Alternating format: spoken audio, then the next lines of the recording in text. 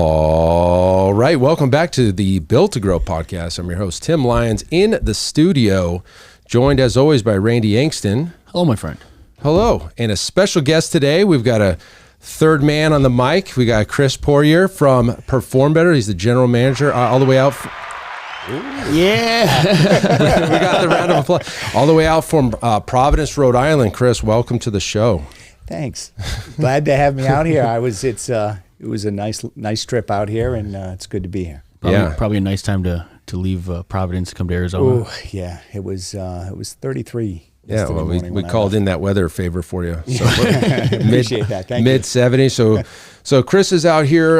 For everybody that hasn't heard of Perform Better, you either been living under a rock or you just haven't been in the industry that long. Chris, why don't you give us a quick, 30,000 foot view of Perform Better as a company? Sure.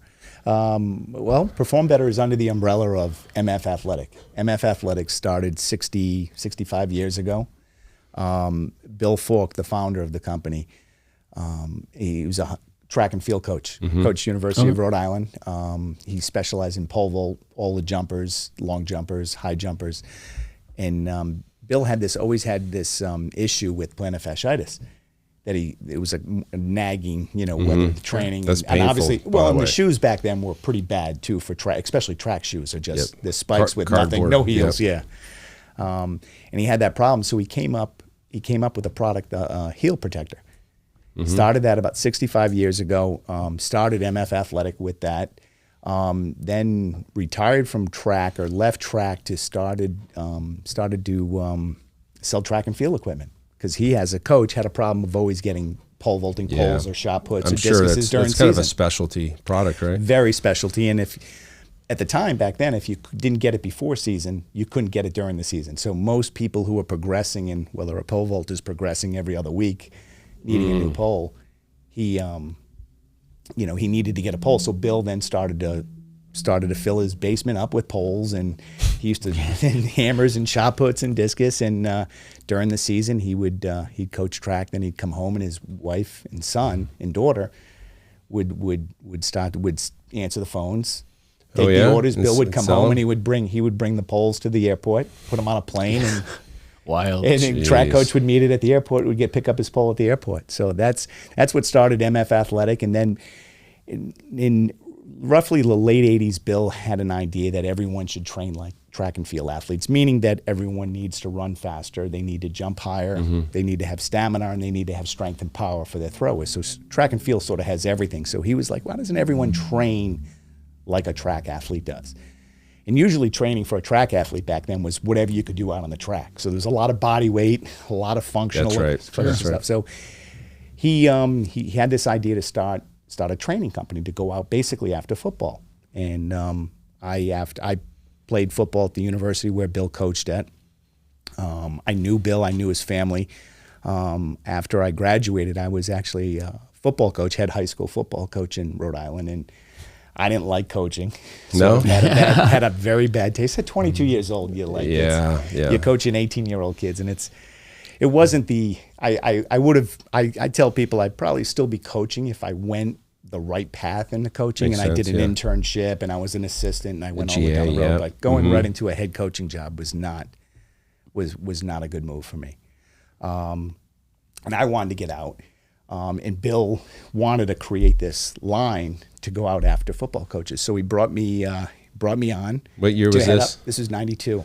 Okay, so you started at Perform MF Athletic first, exactly. MF Athletic, it was the company, and Perform Better. We just started to kick off a catalog in '92 to come in, and football was our main market. And as the world of strength and conditioning grew, we grew because at the time there were really only football strength and conditioning coaches. There were a lot of other sports that were scattered. Of basketball, a couple NBA teams had some. Baseball was starting to do a full load of strength coaches. So once we got in through, I came in. We found our way through strength and conditioning. We finally branched off into different areas that we were going to grow into. They were finding us. Good. Rehab world was finding us. Oh yeah. Sure. The fitness world, which was mid 90s, the fitness world was finding us. And as I was telling you, it was, mainly the strength coach that was working with a couple athletes, also had a clientele of regular general fitness clients. Right. And so they're doing the same thing with them. So we made it was a pretty smooth transition going into fitness. And, for 33 years, we've been growing nonstop. Yeah. And and I, as a gym owner coming down the scene in 2009, I only know you as a fitness company, not really the track and field side. You know what I mean? So, and one of the big things that you do is your summits, right? These are the huge educational events. And, like for us, we would take our whole team. It was a team building event. We would be we're in Arizona, so Long Beach was the closest one. And we would take our teams out there. Give us some background on that, like what's going on these days with the summits. Yeah, well, it's funny. We got into education, so a little bit about the history of how we got into education. So we always, since we started in '92, we always had a consultant. So we always work with someone. Back then, we were working with Vern Gambetta, who was a strength and conditioning coach for the White Sox, and we basically started working with these different professional strength coaches as consultants of ours and putting them in to speak in different conferences. So whether it's the NSCA conference or, all these variety of different local regional conferences, we would sponsor a speaker. So we would just put a speaker into the conference. Gotcha.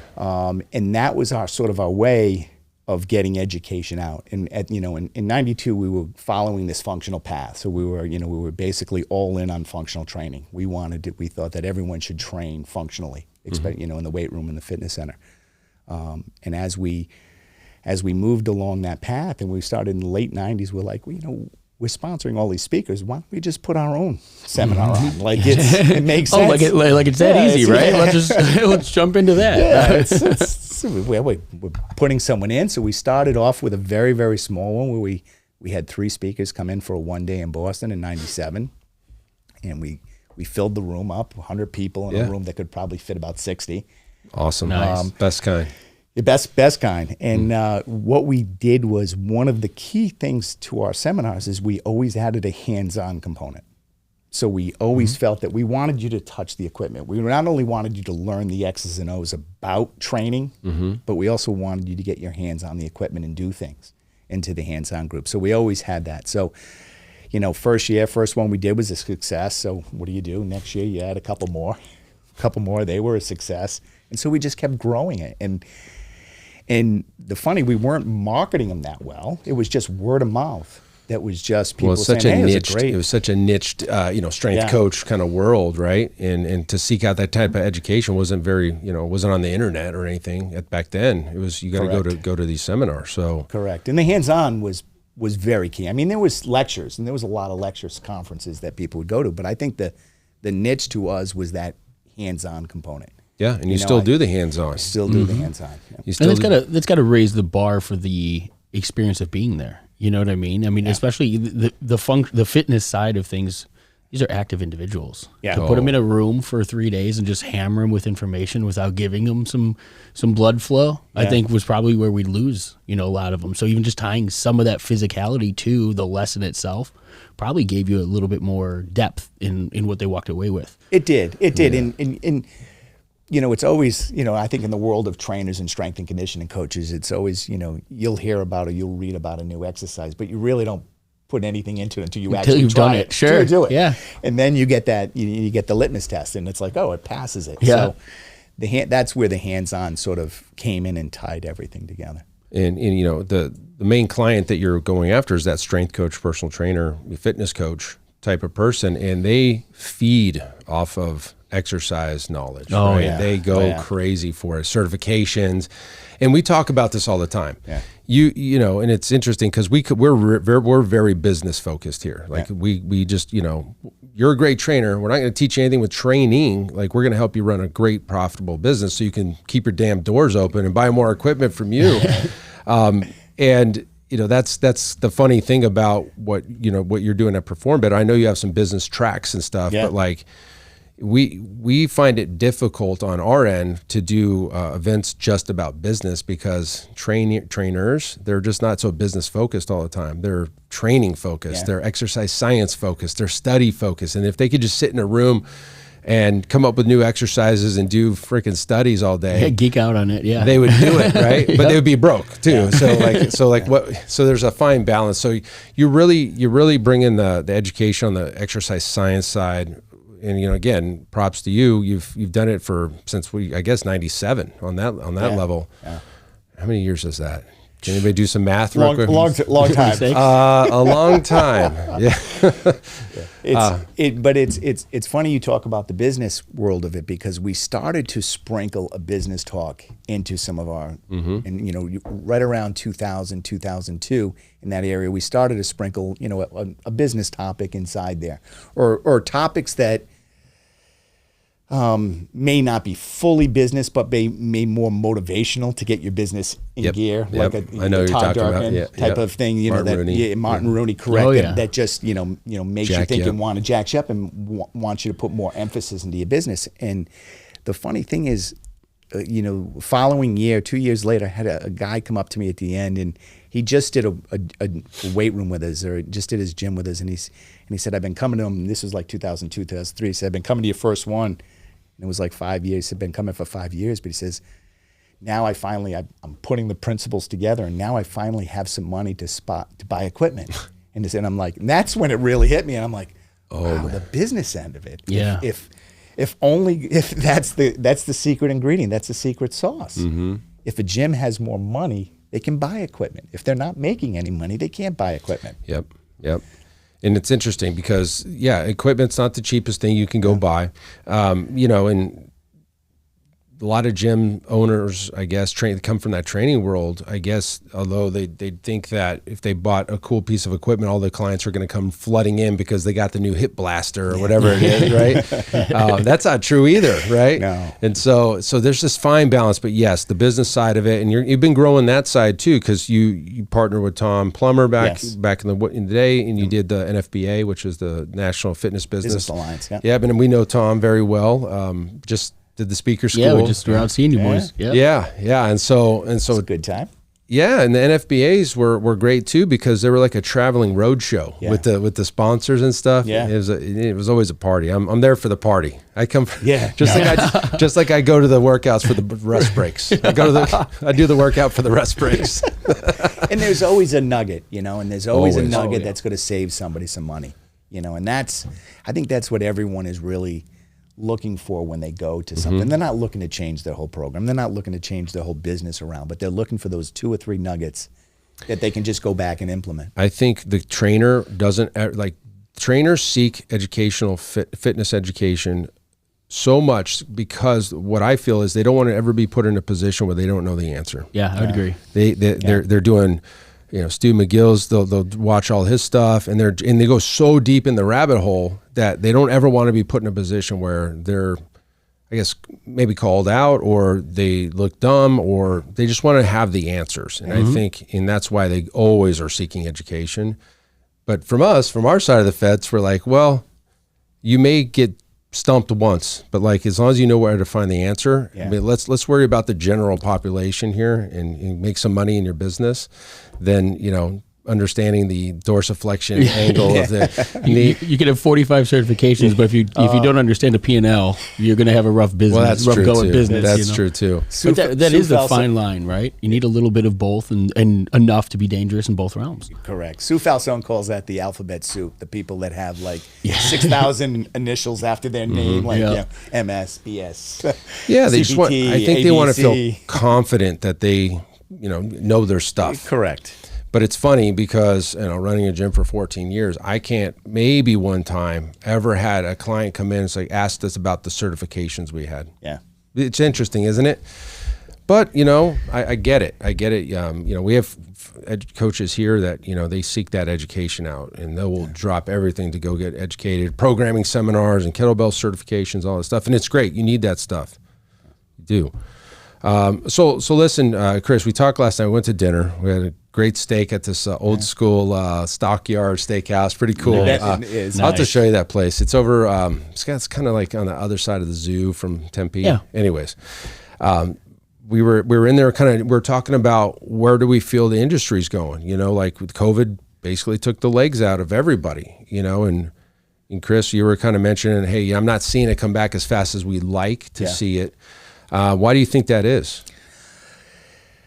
You know, it's puzzling, Tim, and I think it's still it's still the fear. But there was two things we talked about that I truly believe it is one, I think there's the, you know, people are hesitant into putting more money back. A lot of people in the fitness industry got burned. Oh yeah. You know, and it's funny, as I was telling you last night, you know, when COVID first came out, and we have a lot of our manufacturing over in China, and I have a good relationship with one of my manufacturers, and the first thing he said was, you know, he said, hey, make sure people are healthy. You know, he says it's good. It's tough for the obese. It's, you know, and he's telling me things that this is in May and June of 2020, early, which nothing was coming up about it around here. It was just now it was becoming a pandemic that was doing a lot of damage. But he was telling me things about who it was affecting, and so I was like, okay, so this is going to be like, maybe this is going to be the next big boom for fitness, because we've been hovering for the last 20 years between that 22 and 25% of people who have a fitness membership. And I was thinking, this is it. This is big eye opener, it's going to be a big eye opener, get people back healthy again, get people to the gym. I mean, it's not like we don't already know that fitness is good for you. You know, we know that's been proven for years and years, and nobody has disproven that fitness is not good for you. Yep. For what it does for you. But I thought this was going to be it. I said, here it is. Now we're going to have that boom that's going to, you know, with a little scared, with people being scared, it's going to get more people back into the gym. But the opposite was happening. They were keeping gyms closed the longest, and it was like they weren't letting people go back to exercise and work out in gyms. And it was like, all right, maybe this, you know, what's going on here? What's going on with this? Right. So I was like, all right, once everything opens back up, everything will go back to it, and we'll have this big boom. And it's like all of a sudden you're reading, you know, CBI that 32% of the gyms closed, you know, during COVID, were forced to, and they even think it's a lot more than that, because there was a lot of small little studios that weren't really considered registered as a gym, you know, just considered mainstream stuff, you know, small little training centers. Well, basically every gym got closed in the United States for a period of time. And it was up to the gyms, and you know, the outliers, the guys in New Jersey and stuff, you know, protested and left their gyms open and all this stuff. But like, everybody was forced to close. Yeah. And two things happened. Unless you had reserves, unless you could figure out a way to generate revenue as a closed business, because some landlords, they still had their hand out for that lease check to come in, or your mortgage company and all these things. And so, you're saying 33, 32% of the gyms closed forever, right? Like they never opened again. Haven't opened back up. And I mean, I'm sure there's been a trickle. I know there's been a few that have come in that have merged into another gym or combined and stuff. But you know, it's nowhere near that we're seeing of the new gyms that are opening. Yeah, so like it was in 19. I mean, we knew you had your record year, right? A record year. We had, you know, a lot of new gyms were open. A lot of young trainers were starting their own gyms. You know, now it's very rare to see a trainer, you know, take that leap from being a trainer for 8-9 years and going into doing their own facility. Well, speaking to that, I mean, because that is in everyone's kind of eyes, like the natural progression, right? You get to that certain level of a trainer, and then the next thought is, oh, let me go open my facility. What do you think is the gap that, you know, we have today that was there before? Is it the risk of starting a business after watching what happened? Is it the lack of knowledge? Like, what do you think the person listening that's kind of in that position, considering that, what is their next step? That's a good question. I don't know if it's the new trainer, the motivation that's not there with the older trainer, that, you know, that was always the path of a trainer. You become a trainer, you work for someone for 8 to 10 years, you grew, and then you branched out and you started your own place. Today, it's either that young guy is going to start right away, not going to work for anyone, he's going to come out and open his own, which is very, very few, or they're still just not taking that chance yet. And I think a lot has to do with, you know, what happened with COVID and the shutdown. I think that's still fresh in their mind. That's a lot of those guys went through that. A lot of those guys didn't even have jobs for 6 months when they were closed down. Yeah, that's true. You know, so as they're coming back, they're like, oh no, I don't want to take a shot on this yet. Well, I mean, everyone always says, you know, there's opportunity in chaos, and, you know, and everything that we're talking about right now. I mean, there has to be a hole in the industry, in the marketplace. There has to be an opportunity. for somebody to go do those things. And is it, when it comes to starting your facility with the things that you bring to the table, what do you think is, whether it's setting up your studio with the right equipment, whether it's having the level of knowledge, what do you, like, if you could give a couple pieces of advice to the guy who's just starting a gym or interested in opening a gym, from your seat, knowing both the education side of things as well as the importance of having a good, solid layout, what do you think is the most important or the next step for them? And Tim, we hit on this a little bit last night where we talked about there needs to be a mentor before someone opens a gym, like going through all of the things that basically that you've lost money on when you open your gym, all of those mistakes that you made. Yeah. I think there needs to be that period, or there needs to be some sort of mentorship or mastermind program into just young trainers who are starting to come out, because I think that's their biggest fear right now is do I take this big leap? Sure. Also, prices have gone through the roof too. Prices of, rental properties and yes. trying to get space is just, everything is just ridiculously crazy. And when people, when a young person or a young trainer tries to think of the numbers, they can't put those numbers in their mind that's going to cover it. So they get fearful when they start to see it. They don't have a business plan that's going to get them to that point. And let's talk about the generational thing. I think, you're not seeing young people, although probably because they can't afford it, they're not purchasing homes, they're renting, they're traveling more. Yeah. They're never like putting roots down to, like, when you open a brick and mortar, you're locked in, like you're putting your roots down in an area. And it was no question for me. I was like, it wasn't even a second thought. And I didn't go through the same path as the trainer that opened up after a couple of years working for somebody else. I was an athlete. I played football. I was in construction, and I was going to a gym down in Maricopa, which is, 30, 40 miles from here. It was the only gym in town. Anytime Fitness was the gym. Yeah. And I got to know the owner really well. He was a police officer.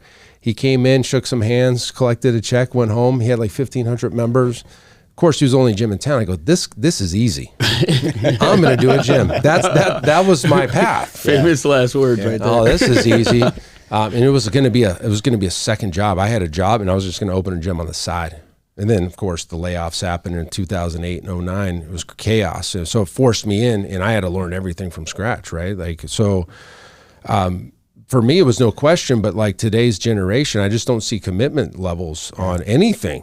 Yeah. Marriage, kids, homes, all of that. Yeah. But opportunity and chaos with 30% less gyms to compete with, this would be a perfect time for somebody to go into an area that, had 3 or 4 gyms closed and just go open up your studio right now. Yeah. Well, and capitalize. And we're still coming up. There's still talk of it in the news, right? Like we're still a daily reminder of what we just went through over the last few years.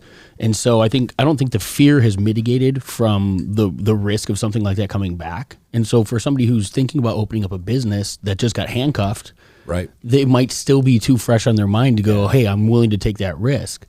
But to your point, if there is that big of a gap or that big of a need in the marketplace, somebody's going to win doing it.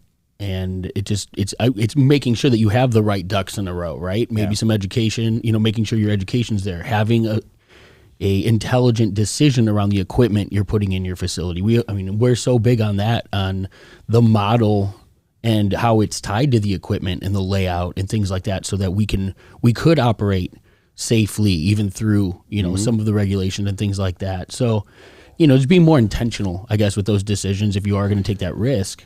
I love the idea of a mentor. Obviously, that's a big part of what we do, right? Because somebody's got to be able to help navigate the mistakes of the past and help people not make the same mistakes. Yeah, no, that's true. And in most mastermind and most programs, you're already dealing with a gym owner. Yeah, true. I'm even talking a phase before that, before they're a gym owner. Like I'm just starting to look for, leases. I'm looking for buildings. I'm looking for. That's a whole world. I'm starting to put a business plan together. Most trainers don't know how to put a business plan together. And if they don't have a business plan together, they're not going to be able to go to get a loan. They're not going to get a funding, lease. sure. There's going to be no funding. So they have to. They're going to need help with that. They're going to need help with the lease. What is it? I'm sure a lot of people that you're helping already, Tim, is with their leases, but the problem is it's already after the fact. Yeah, if you could have gotten in with them early, you could have. Trying to renegotiate. Yes, I learned a ton of stuff. We were just talking about the air conditioners here. We have 6 units in an all glass building in Phoenix, Arizona. Right, that's a big expense. So when we were doing our lease, I wrote that all into the landlord's expenses, and they fought us on it. And I said, I'm not signing unless that's yours, and that's paid off probably $50,000-$60,000 over the term because they've replaced 2 units. They come and service it. I don't have to worry about it. So yes, I did make the mistake on the first one where my 2 units went down in the same summer, and I had to come out of pocket like $40,000 for these giant, rooftop commercial, 8-ton installed units. by a crane. Yeah, they have a crane. They have a crane that comes out, and you got to pay for that guy $250 an hour to drop the crane. Whether he's working or not. Yeah. So yes, ready to get into the air all this knowledge is exactly. Wrong business again. Vertical expansion right there. Hey, let's get a crane company going here. Let's do it. But yeah, you're right. Absolutely. There's no real education on that level. I could see a book in the future on just all the things that we did wrong. How to open a gym wrong. Actually, how to open a gym right. Don't make the last chapter be all the things that you did wrong. Exactly. Okay. And so obviously you one of the things that you do, and kind of one of your tells is that, hey, how many people are opening new gyms? You're seeing that kind of fell off a little bit. Well, let's talk about the equipment of the future. Let's just say somebody is opening a gym right now. Yeah. Obviously, we have you just toured our place and you saw kind of how we set up.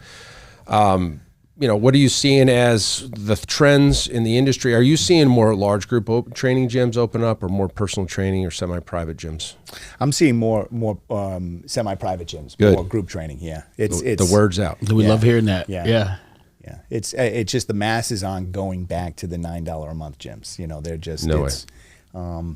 And I think it's and again, I don't want to say the more educated market or the consumer basically knows that health is what health means to them and what it means to the future. I mean, it's funny, we joke about it, but there's so much research out there of what fitness means of living longevity and life expectancy and everything that goes along with it. And it's I think the smarter the client realizes that, knows that there's more than it's more than just a nagging hour workout. There's something to this. There's you would hope, right? You would hope they'd understand that, right? Yeah, and so I think people need guidance and training. A lot of people that in the $9 a month gyms go to it, and you see a lot of weird crap going on. I mean, there's full of YouTube clips of the $9 gyms of what people are doing in there, and I think the smarter clientele doesn't want to be associated in with that, and they want to do it right. They may not know everything about fitness, but they want to go to someone who does know about fitness, and they want to know what's their path to get it there. Because it's like you said, it's exercise sucks. The best part of the exercise is the minute you're done. Yeah. When you're done, the rest feel breaks. Great. The rest breaks. It's when you're doing it, but it's. You get that great feeling afterwards, but the feeling before you start is not exactly the same. So it's having someone deliver a program to you and bring you through a workout to meet your goal. You got to get there so much faster. I think people realize that. Yeah. People know it. People will spend money for that. I think we've kind of gone through those trends too. We were talking a little bit earlier, right? Like from the bodybuilding phases through some of like the aerobic phases where classes really kicked off, and it was 20 to 40 people in a room just getting sweaty and moving.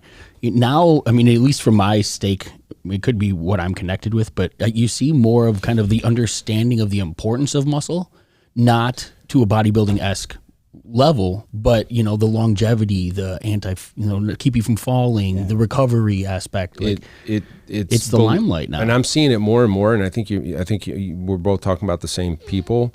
We had one of our good friends' husband who had a heart attack, and he was going to be dead, but whatever. They saved him, and they said truly the muscle mass on his body saved him. Mm-hmm. Oh, really? The doctor's saying that. We have another good friend, a friend of ours. I told you about him last night. Big muscular guy.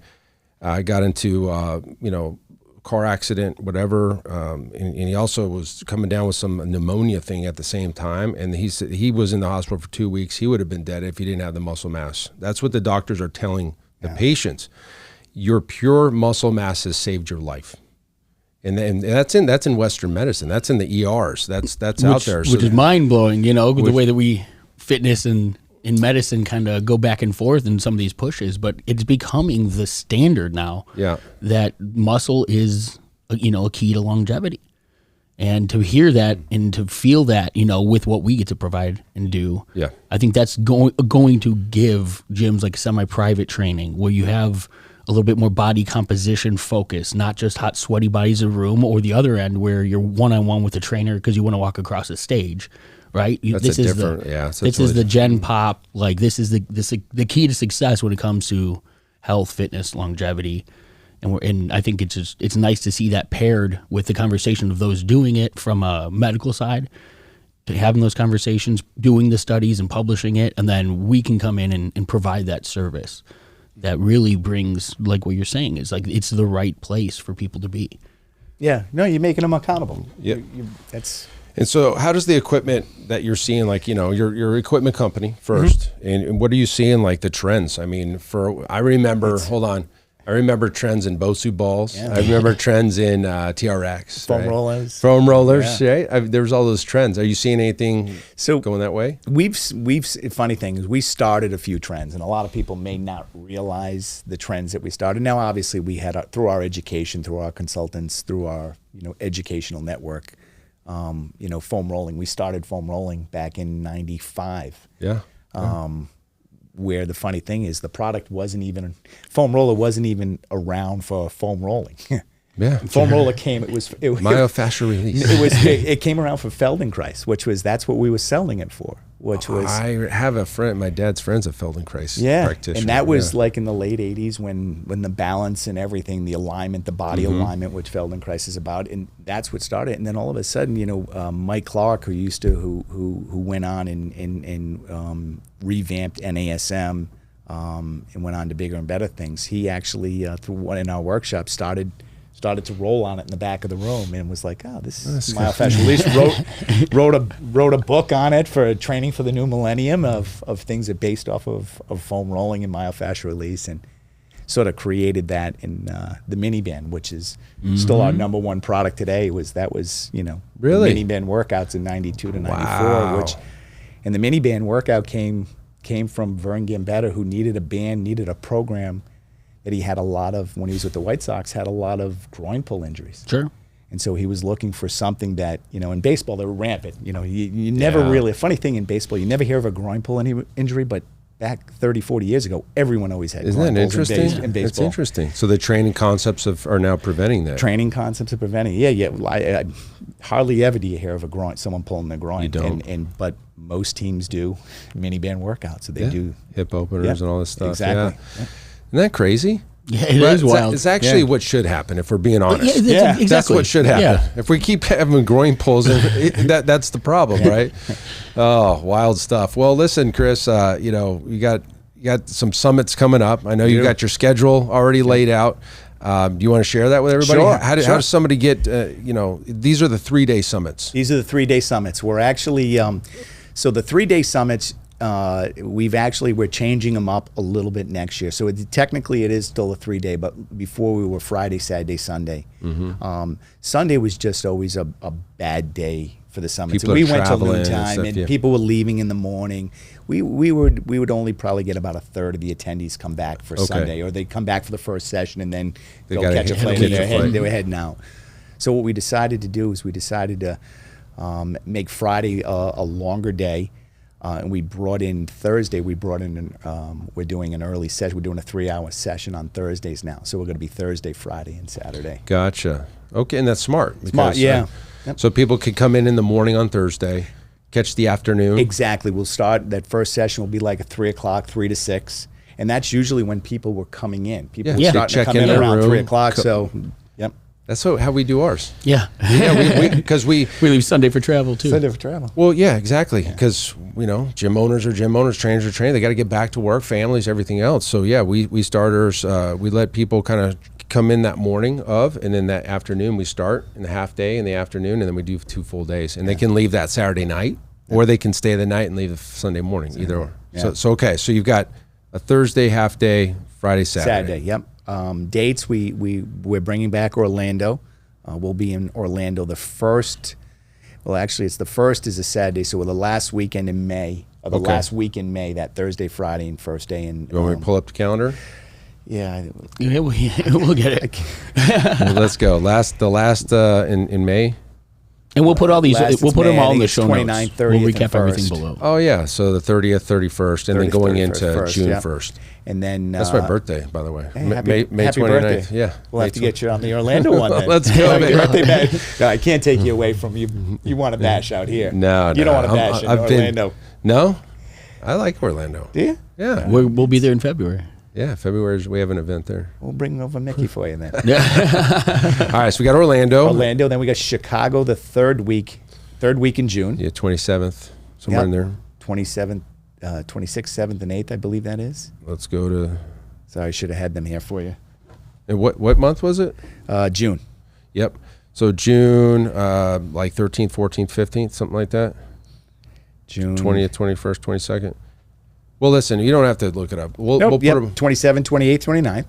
Okay. I'm sorry, 27th, 28th, 29th in June. And then we're going to, we were in Long Beach. We were unable to get into Long Beach, so we're bringing it back to where we started in California, which was in LA. So we're at the LA Convention Center. Okay. So and that's the 1st, 2nd, and 3rd of August. Okay. And then we're cleanup is back in Providence again. Cleanup. The 22nd, 3rd, and 24th. Yeah, and these are all smashed into a couple months. Correct. A couple weeks in between. Do you have people that go to all of them, like as an attendee? Yeah. Really? We used to. Okay. Last year I think we had 4 or 5 go to 2 of them. Oh, wow, okay. But there was one point we used to sell a summit pass. Now we give it. If someone goes to one and they want to go to another one, we just comp them for the other Really? one. Yeah. Is that true? Yeah, that's true. Yep. Oh, you heard it here first, You heard folks. it. Yeah, no, that's like a it's- secret menu, Yeah. In-N-Out burger. Yeah. That's what that is. The secret You sauce. so if you go to any of the summits, Any summit, you can go to any of the other ones. that's huge, guys. You missed because I know the way you do it. You have multiple speakers at the same time. Correct. So there's the funny thing about that too is, and when we used to do the Summit Pass, there was a couple people that went to all 4 and they didn't see a single presentation. There's at either one. So I think we have 72 to 78. Well, this year we'll probably have about 85 presenters on it. So 85 through 4 locations. You could literally go to every single one And not see all of them. and not see all of them. Yeah. Well, that's interesting. Okay. How do people get tickets to this? Tickets, they can go to performbetter.com, go to our seminar page. The dates are up there. We're just waiting to confirm the LA date. Okay. The reason that's not on there is this strange thing with LA Convention Center that we can't confirm it until they confirm it with us. So No, you confirm it. you confirm it. No, you confirm it. You confirm it. I'm not confirming it. You confirm it. We've already signed on the dotted line, so it's but we're just waiting for them to confirm, which they said the middle of December will be. Gotcha. They'll So confirm it with us. They're waiting for someone bigger than us to come in. Really? Yeah. It's I can't imagine the planning that goes into 4 events in 1 year. One event's enough for me to try to figure out. So props to you guys. You guys are the leaders in that side of the education side as far as the training goes. Guys, if you haven't been to a Perform Better seminar, you're going to want to go. Are you bringing back any of those 1 day? Because you used to do a 3-day and a 1 day. So we decided not to bring the 1 days back in 24. Reason being is I want to concentrate on bringing the summits back. So I felt that last year was a little too much. 4 summits and 5 1 days. We didn't really focus on any of them, and we didn't do any of them well. Okay. There you go. So 2024 is the resurgence of the 3-day. Correct. My goal is once we get the summits back to where they were, we'll bring the 1 Focus days on back. one thing. Smart. Exactly. Well, Chris, thanks for coming to the show. That was a wealth of knowledge. Appreciate you coming out, flying out just to be on this show. Oh yeah. Came out to see this beautiful gym you have out here. It's gorgeous. Appreciate it. All right, thank you. So that's it for this episode, guys. Until next time, keep changing lives. We'll see you on the next show. Bye. All right, and thank you for listening to that episode of the Built to Grow podcast, where we help gym owners win. Now, do you want to connect with me and other gym owners online? All you need to do is join our private Facebook group, Business Talk with Fitness Professionals. Just head on over to Facebook and type in Business Talk with Fitness Professionals, and when you do, we're going to give you our 10 marketing strategies 7-figure gym owners use to win. I look forward to seeing you in the next episode. Until then, keep building something great.